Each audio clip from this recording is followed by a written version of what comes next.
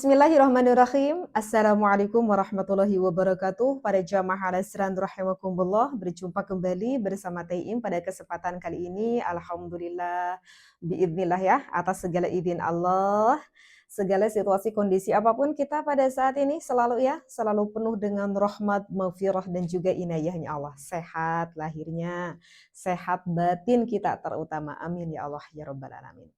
Baik, tak perlu banyak basa-basi lagi, Teteh mau ngobrol asyik apa pada kali ini?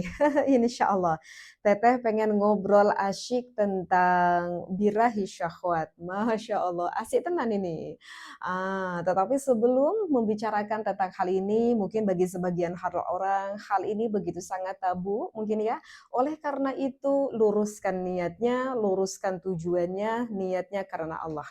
Tujuannya karena kita ingin menuntut ilmu. Barangkali ada sebagian ucapan atau seluruhnya ucapan yang Teteh sampaikan di sini ada manfaatnya. Monggo silahkan ya. Beberapa pendapat ulama yang masyhur mengatakan jika kita sebagai sosok seorang manusia yang dapat menyalurkan energi birahi syahwat tersebut di jalan ridhonya Allah.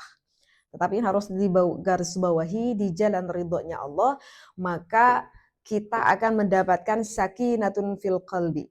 Apa itu sakinatun fil qalbi? Artinya adalah ketenangan jiwa di dalam hati kita. Kenapa? Jika kita menyalurkan birahi tersebut di jalan ridhonya Allah, dapat sakinah hati kita, dapat menenangkan jiwa kita. Karena kalau kita berbicara birahi, sebetulnya birahi itu diibaratkan seperti tunggangan. Ya, seperti kendaraan lah istilahnya ya, dimaksudkan tunggangan tersebut. Seperti kalau zaman dulu mungkin kuda ya, kendaraannya seperti kuda, seperti tunggangan.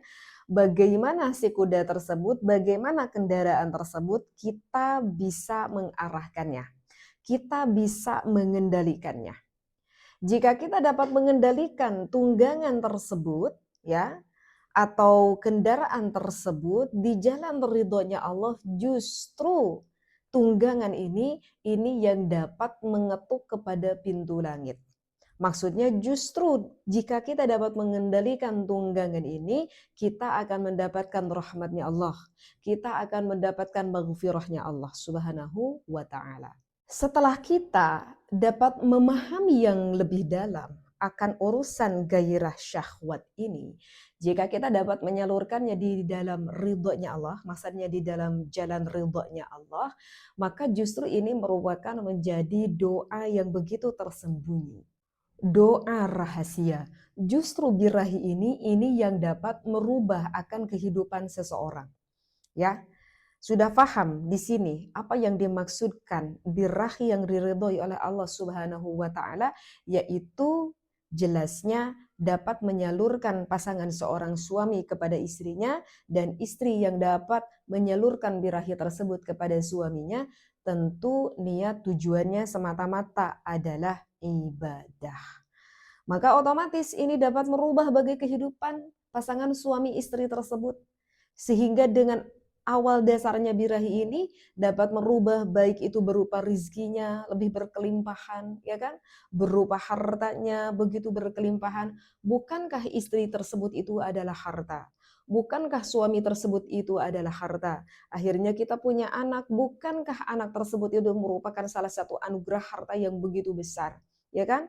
Dulunya kita tidak punya harta, hanya cukup kita punya 1 piring, 2 piring. Sekarang Masya Allah kita punya beberapa lusin.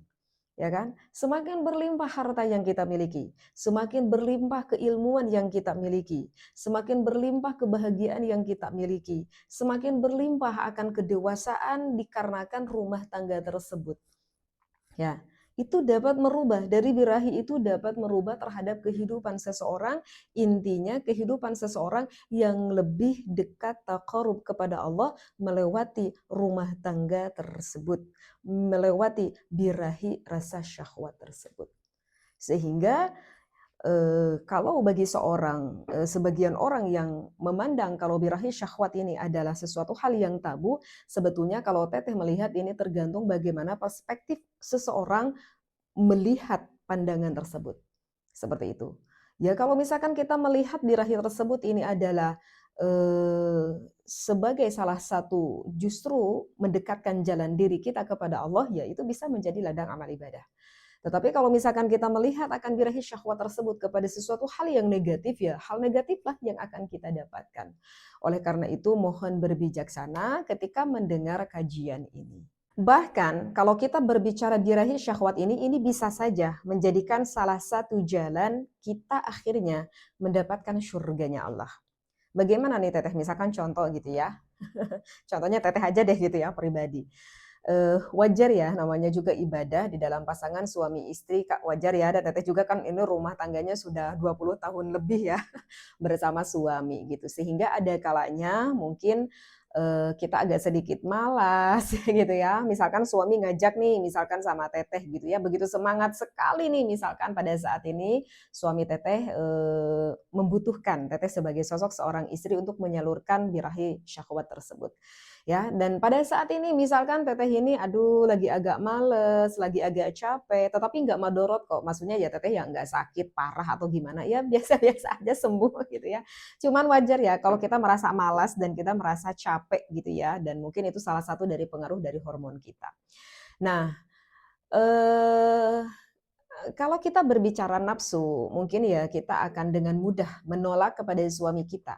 "Aku capek Mas, aku nggak mau, aku lagi nggak pengen, aku" ya begitulah dengan berbagai alasan. Tetapi di dalam satu sisi mungkin Teteh melihat, Masya Allah kalau Teteh enggak melayani suami, bisa saja kan ini berdosa, sedangkan pada saat ini aku tidak madorot, hanya malas aja, hanya lagi nggak pengen aja, sedangkan pada saat ini aku melihat suamiku yang begitu sangat membutuhkan aku. Seperti itu, ya.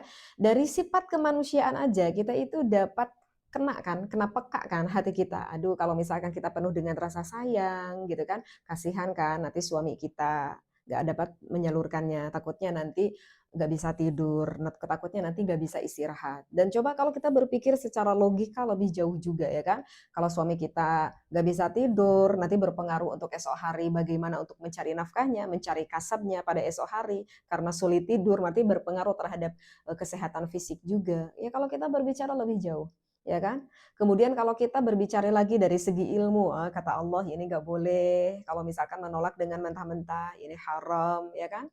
Nanti akibatnya terhadap diri kita juga gitu.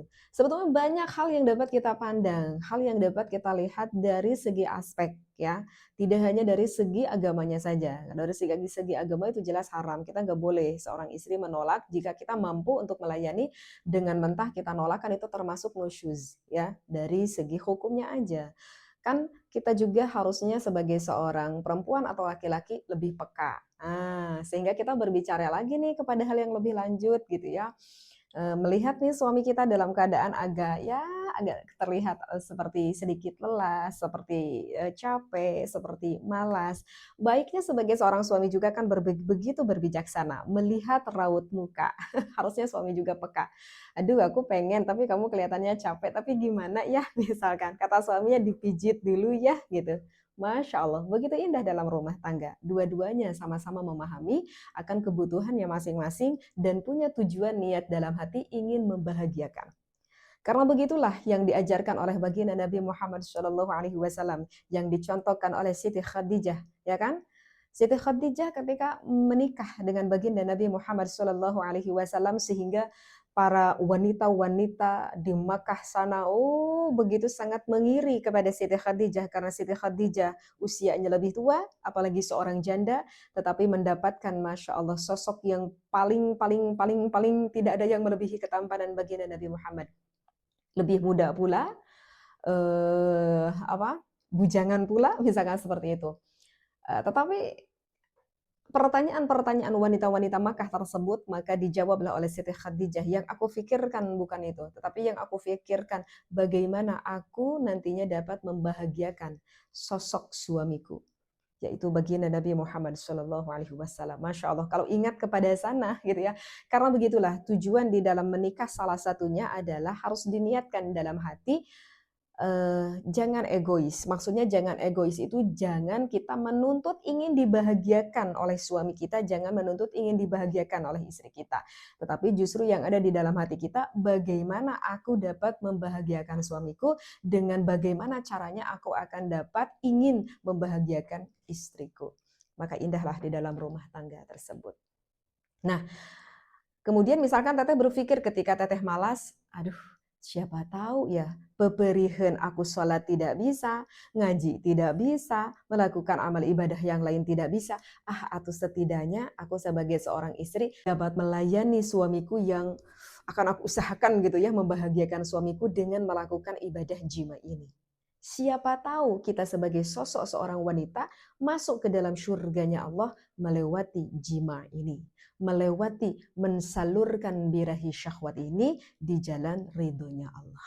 Berarti intinya mensalurkan birahi syahwat ini, kata baginda Nabi Muhammad Shallallahu Alaihi Wasallam, itu adalah suatu pertikahan.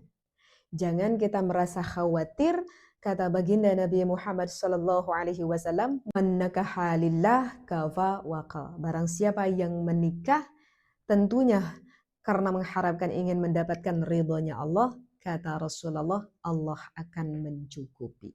Dikarenakan pernikahan tersebut itu dilandasi di dalam hati kita karena ingin taqarrub, karena ingin lebih dekat kepada Allah, karena ingin lebih mendapatkan ridhonya Allah Subhanahu wa taala. Berarti di dalam pernikahannya tersebut awal mulanya harus diniati dengan tujuan lillah.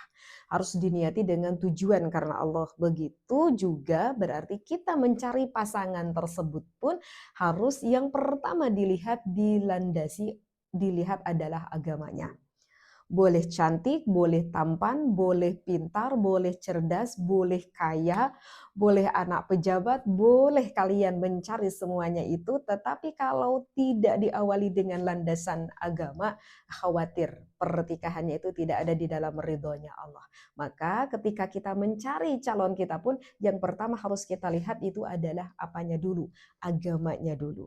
Mastafadal mu'min ba'da taqwallah khairun lahu min zaujatis sholihah. Ya kan? Di dalam hadis itu kan diterangkan, yang paling utama kita mendapatkan fadilah pernikahan tersebut adalah ketika kita memiliki istri yang sholihah, begitu juga sebaliknya memiliki suami yang sholih.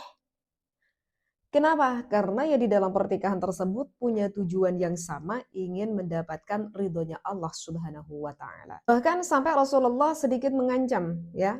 Artinya kata Rasulullah, kalau misalkan kita yang mampu untuk melakukan pernikahan pada saat ini, tetapi dengan alasan-alasan tertentu ya kita belum mau menikah dulu gitu. Bahkan kata Rasulullah, miskinun, miskinun, miskinun. Kamu itu miskin, miskin, miskin. Bahkan sampai disebutkan miskinnya pun sampai 3 kali begitu kan ya. Ini kan Teteh ingat ya di dalam kitab Qurratul Uyun itu ada salah satu hadis gitu ya. Ada salah satu seorang sahabat yang bernama Ukaf. Nah, Ukaf ini ditanya oleh baginda Nabi Muhammad SAW. Ukaf ini masih bujangan, belum nikah gitu ya. Kata baginda Rasulullah, wahai Ukaf, adakah zaujatun? Hai Ukaf, kamu punya istri tidak? Gitu ya. Kata Ukaf, la saat ini belum ya Rasulullah, aku belum punya istri gitu ya. Kemudian Rasulullah melanjutkan jariyah. Kalau begitu kamu punya gak jariyah? La, kata Ukaf, sama aku juga tidak punya jariyah ya Rasulullah. Jariyah itu hamba sahaya ya. Zaman dulu, zamannya baginda Nabi Muhammad Shallallahu Alaihi Wasallam. Kemudian kata Rasulullah, wa anta khairun musirin, kalau begitu kamu punya harta benda enggak? Maksudnya ditanya gitu ya, ini Ukaf ini, apakah kamu itu punya pekerjaan, apakah itu punya penghasilan, apakah kamu itu punya harta benda untuk melakukan suatu pernikahan tersebut, misalkan mas kawinnya, begitu ya. Kemudian Ukaf ini menjawab kepada baginda Rasulullah, ya kalau aku ini udah cukup mapan seperti itu. Ya kata Rasulullah, kalau begitu ya nunggu apa lagi? Kalau kamu gak melakukan pernikahan sekarang juga ya berarti kamu itu min akhwani syayatin. Berarti kamu itu adalah sebagian dari temannya setan. Seperti itu. Karena setan tidak melakukan suatu pernikahan.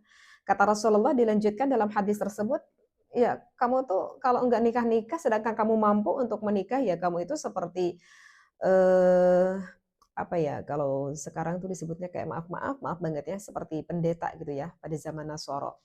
Di kaum Nasoro maksudnya. Kalau pendeta itu kan nggak nikah ya, kalau nggak salah seperti itu. Kan kamu itu sebagai seorang muslim, makanya kata Rasulullah kamu tuh miskin, miskin, miskin. Jadi kalau kita udah mampu untuk melakukan pertikahan, ya menunggu apa lagi? Kenapa seperti itu? Ya dikarenakan setiap manusia memang fitrahnya dari Allah, Allah memberikan rasa syahwat birahi kepada setiap orangnya. Ya, syahwat birahi yang normal yaitu seorang perempuan disalurkan kepada laki-laki dan seorang laki-laki disalurkanlah kepada sosok seorang perempuan. Dan bagaimana mensalurkan birahi syahwat tersebut di jalan ridhonya Allah? Tentu itu adalah adanya ikatan suatu pertikahan, menyalurkan antara suami kepada istri dan istri kepada suami, niatnya lillah. Niatnya karena ingin mendapatkan ridho Allah Subhanahu wa taala. Wallahu a'lam, wallahu muwaffiq ila aqwamit thoriq. Wassalamualaikum warahmatullahi wabarakatuh.